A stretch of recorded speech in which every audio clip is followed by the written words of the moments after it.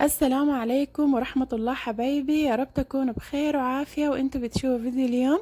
الليلة بإذن الله تعالى هنعمل مع بعض الفطير السوداني أو الفطيرة العراسة السودانية بطريقة جدا جميلة وسهلة وبإذن الله تعجبكم. أنا هنا استخدمت كوبين من الدقيق وعليهم رشة ملح وكمان عليهم حبة من البيض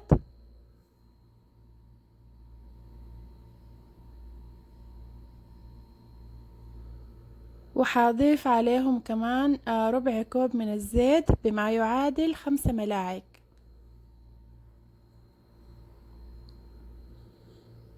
وكمان حاضيف عليهم ملعقة كبيرة من الفانيليا.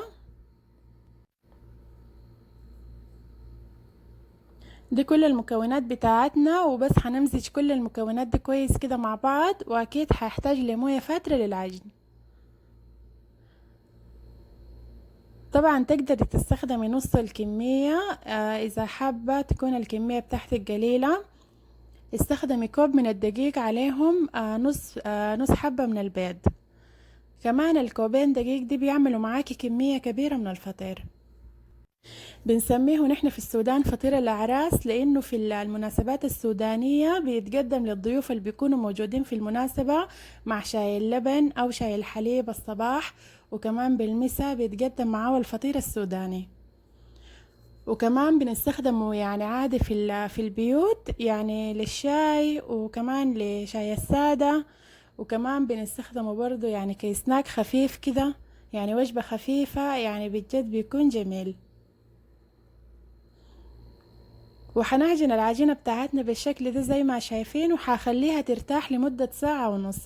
يعني مهم جدا انك تخلي الفطيرة بتاعتك ترتاح مدة طويلة عشان تحصلي على نتيجة افضل. وغطيتها ببلاستيك غذائي زي ما شايفين بالطريقة دي بس، وحخليها كده ترتاح لمدة ساعة ونص. وده شكلها بعد ما ارتاحت معانا زي ما شايفين كيف العجينة لازم تكون متماسكة بالشكل ده.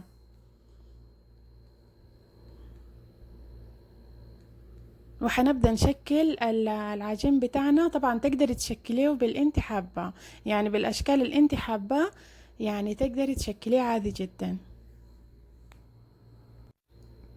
وكمان لازم تفرديها يعني بطريقة رهيفة جدا، يعني تكون كده شفافة. يعني لازم الفرد يكون فرد كويس، ما تفرديها تخينة او سميكة.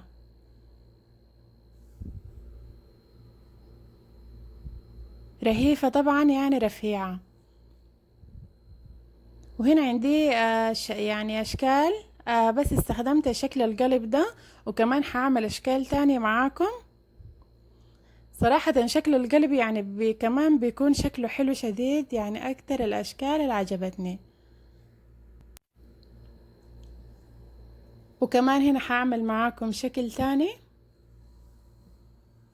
وفي شكل كده صراحة وانا بشكل في الفطير يعني عملته وعجبني شديد وقلت اشارككم بيه.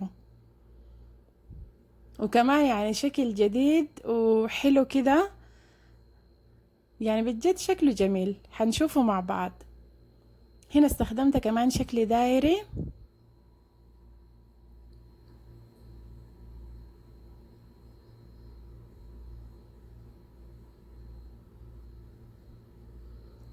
زي ما شايفين كمان شكله حلو. وكمان استخدمت الشكل التقليدي اللي اصلا بتاع الفطير اللي بيكون شكل مربعات. زي ما شايفين كيف العجينة لما تيجي تحطيها في الزيت بتتنفش معاكي بطريقة حلوة كده، معناها انه العجين بتاعك يعني يتحصل على نتيجة افضل. ولازم يكون الزيت سخن شديد، لانه اصلا العجين مفرود بطريقة رهيفة وحيستوي معاكي بسرعة.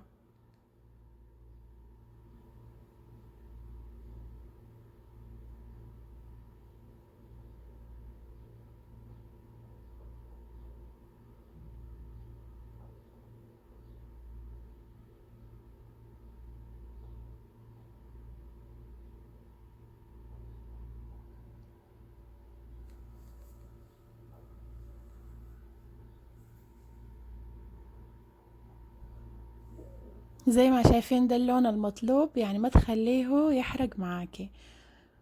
وهسه هنعمل الشكل اللي قلت لكم عليه، انه شكل بجد جديد وجميل، وانا عملته يا دوب يعني في القناة، يعني حصري، شكل حصري على قناتي وعلى كل القنوات للفطير السوداني.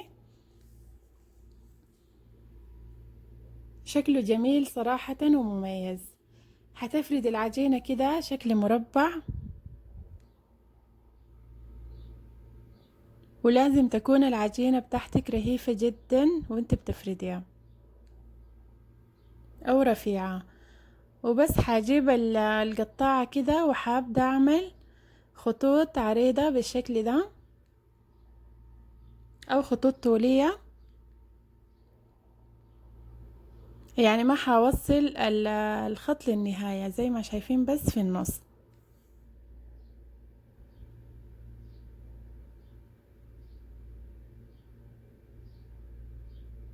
وهتبدأ تلفيه بالطريقة دي.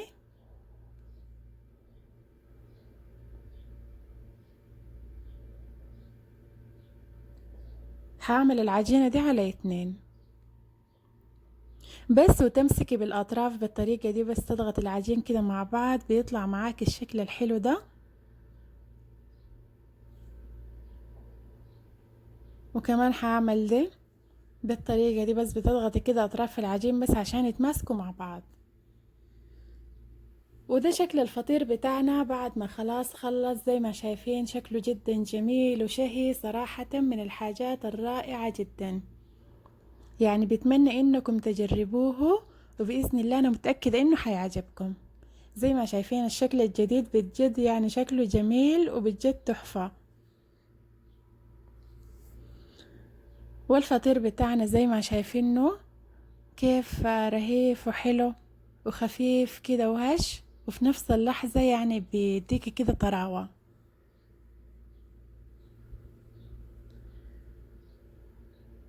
طبعا تقدري يعني تاكليه كده، تقدري كمان تضيفي له شوية من السكر المسحون وتوزعيه كده على الفطير بس، وإن شاء الله يعني تاكليه كده بكل هنا وشفا.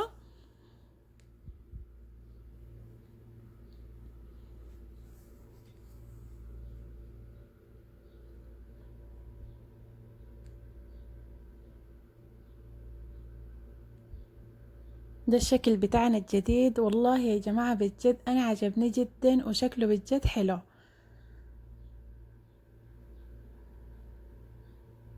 ومقرمش. يعني حبايبي بتمنى انكم تجربوه بإذن الله يعجبكم. ويا ريت ما تنسوا اللايك والاشتراك والشير وتفعيل زر الجرس للقناة عشان يوصلكم كل جديد بعمله. واسيبكم مع بقية الفيديو، ومع السلامة.